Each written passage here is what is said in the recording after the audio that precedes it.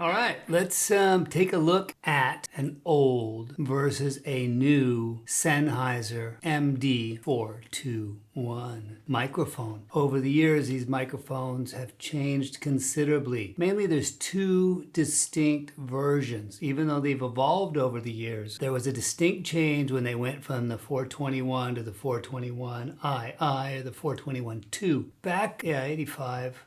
And got robbed at gunpoint, home invasion robbery. Lost all our PA gear. And in order to pay the bills and keep myself alive, one of the jobs I did while I was rebuilding the PA company was to fix microphones. And what I would do is I would go to little recording studios. There's all these little recording studios around Hollywood, and I would say, hey, do you have broken microphones? Almost every studio has a little box, a milk crate, something of a pile of broken mics. What I would do is I'd take all the broken, and they're all broke too. All these, not only were the mics broke, but the studio owners were broke too. So I'd get a pile of broken mics, I'd write them all down, sign them all out, take them home, fix every one that I could, and then bring them all back, and then show them the ones that had parts left over.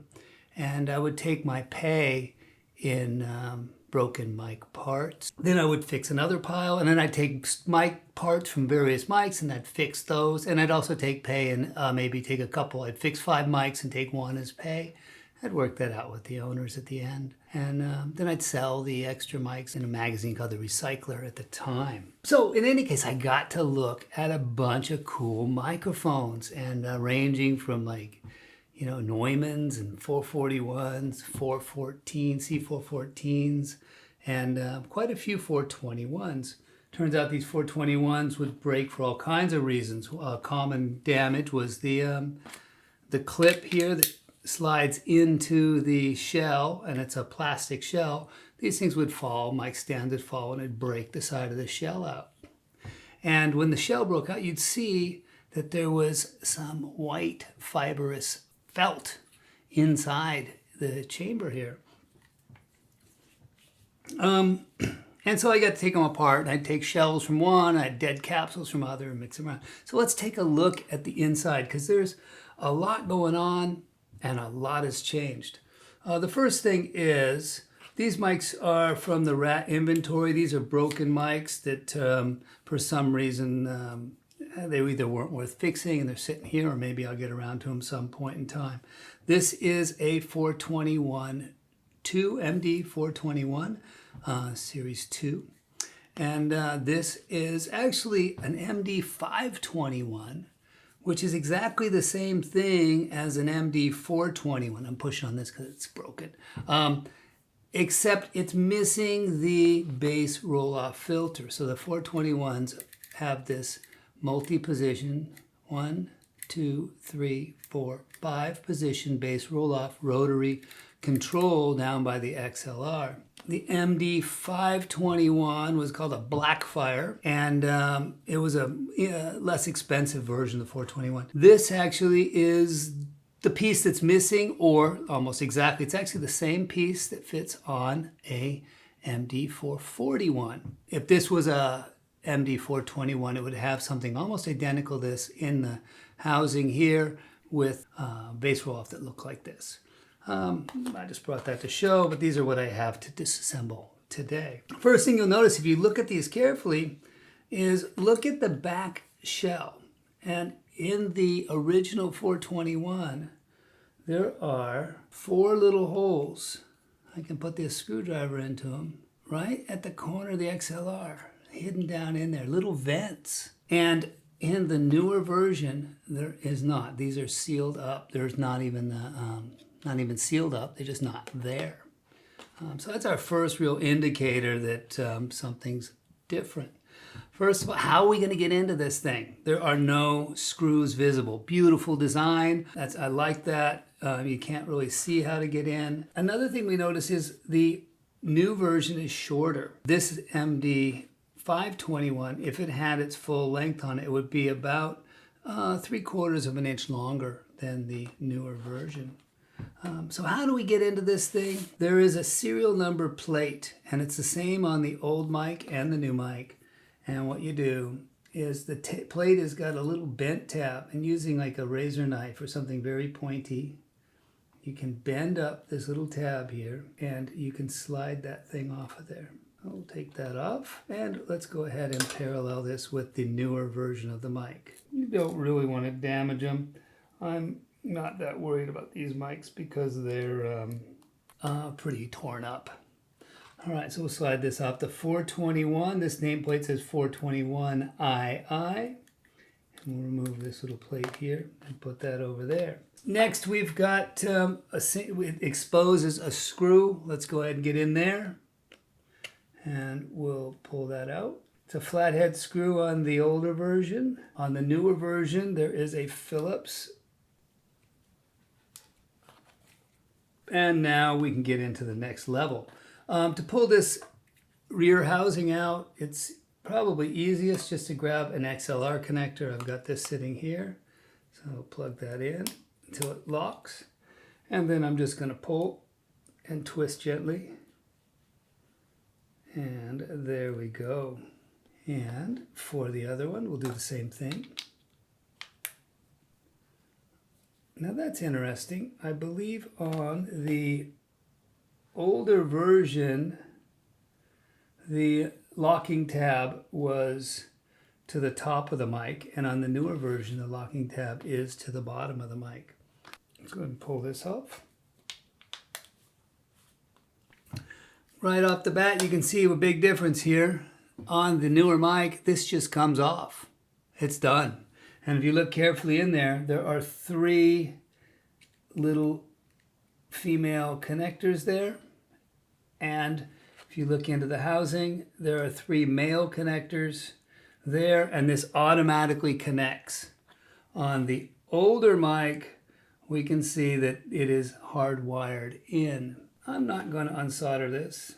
I'm going to cut these because I know that this mic doesn't work, and I don't recommend doing it this way. And red is pin 3, in case you want to remember. Okay, so now we've taken off the connector there. So now we have our 2 microphones. On the newer mic, it's pretty easy to get in. You unscrew and then you pull. So there's a Phillips screw here in the end of the housing, and it'll come off with the metal washer that separates those 3 connector bits, 3 pins, and then we should be able to pull. There we go. We've got our our cast housing and the connectors that fit into the end. Handy, easy, cool. On the older one, we need to get into, there's going to be a nut down in the bottom there. It's a 7mm nut. On the old ones, this is all doused in silicone rubber. They've squirted silicone to prevent any leaks from getting into this and sealed this chamber off. So you have to dig at this with something sharp or muck around to get that silicone stuff out of there. And pull a little nut off of there, and then we can remove the guts here, and the wire would be embedded into the silicone. And yes, you can see that the silicone there, it's been cleared out from being repaired before, and a little rubber washer, and the wire comes out. All right, so there's the difference in the 2 mics, the actual housing. Quite different there. Now let's go ahead and look down inside. In the newer version, there's nothing down in here. It's just, there's just plastic housing. On the older version, there actually is a felt that is packed into the bottom of the housing there to act as a damping. And we can hear it's dampened down. And we can see the difference in the housings. One's much longer than the other, the new one being shorter. All right, they've actually, on the older mic, they've used the shell of the mic. So here is a port that comes off of the diaphragm. So we've got a tube that's got a tapered cut to it so that it doesn't, when you have a tube that's got a straight cut, you know, you might get some reflections by tapering the cut. It's going to stop some reflections. You can see what's broken here. This the grill is shattered. This should all be connected. And let's get into the next layer of this. Fun. It's been a while since I've done this. We'll take the new one apart first. And there's going to be 4 screws. And they're not machine screws. Now, as far as the sound of it, there's some good videos out there. And you can compare the sound of the new and the old. I'm just going to show you the difference in how they're made. Okay, so here is the new grill. Now this is plastic, whereas this one is aluminum. And let's taste it. Yep, plastic. Whereas the old grill is a cast aluminum. These 2 little clamps here, they are to ground the grill, to add the grill to the metal network so it acts as a shield. Whereas this isn't an aluminum, it automatically grounds with all the stuff. So since it's a plastic housing or a probably a glass-filled nylon. And we'll unplug that. And this is the chamber. So there's a rear chamber, kind of like a bass box would have, or a low frequency, a subwoofer would have. You've got a chamber, and this is very rigid. It's metal, it's heavy, and there's a vent here, a little copper vent, copper tube or brass tube that vents into the chamber. And then there's another vent here with a nylon mesh. So there's 2 different audio paths going into this very rigid metal chamber. And then we have our diaphragm. Let's go ahead and look at this one.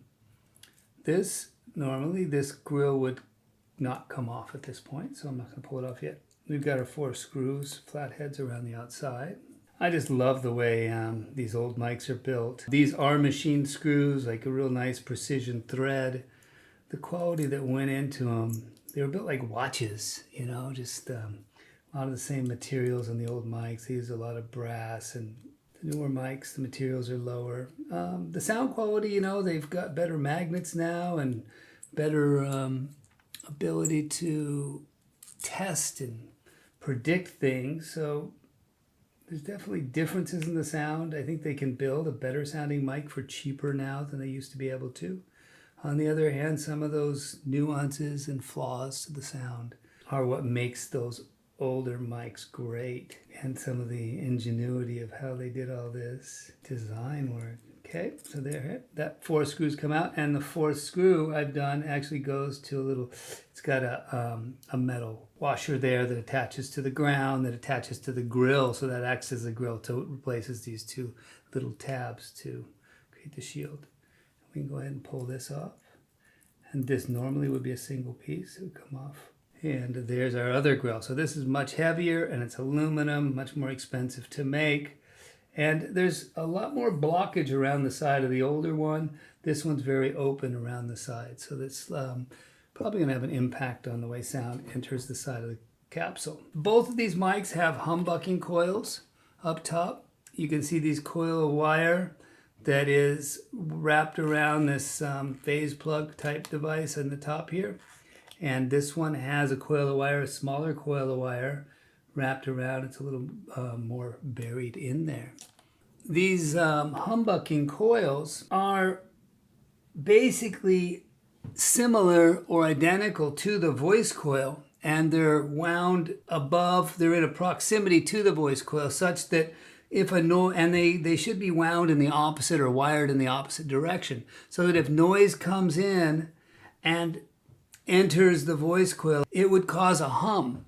And not unlike a guitar with humbucking coils, by putting the opposite coil right on top of it, then it helped cancel that noise out, because it's very difficult to shield the actual diaphragm. It's made out of a plastic or some sort of non-metallic material, usually for a dynamic mic, and it's very susceptible to RF magnetic fields, electromagnetic fields. So this humbucking coil, these humbucking coils are to counteract that.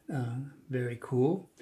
This is much heavier than this. The new one is much lighter due to the neo magnet. As far as the outside, I'm not going to go much further into it, but we can see that there is some venting and some mesh around the outside to impact the way sound enters the rear of the diaphragm.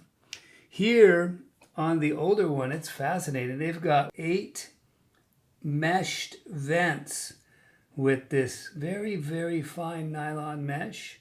And then down about 3/8 of an inch. They've got another 1, 2, 3, 4 meshed vents, and they're set up at in the gaps. I mean, they're not lined up with each other, they're offset. So that was, and you know, I'm sure that has to do with the way that the sound is allowed to enter the rear and impacting the balance between sound entering the front of the mic and the rear of the mic determines its cardioid or its directivity, and it also affects its low frequency response as well.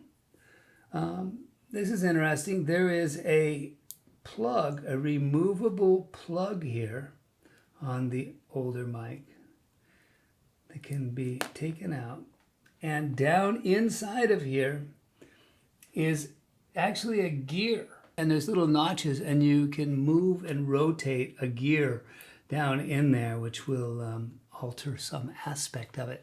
If anybody knows what that gear does, it's fascinating. I know the gear's there because I've disassembled these much further.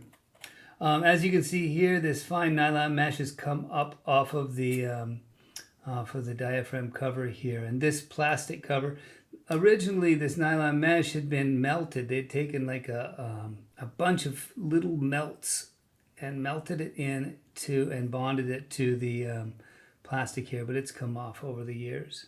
And if we peel this up, we can see the diaphragm in there, and I'm going to go ahead and touch that with the screwdriver, but not too hard because the magnet's going to grab it, and might not be able to see it, but it's a good, it's over an inch in diameter, or about an inch in diameter. And the diaphragm, they've got 2 entry points. We've got this slot there. We've got a center point, which is probably letting in some high frequencies.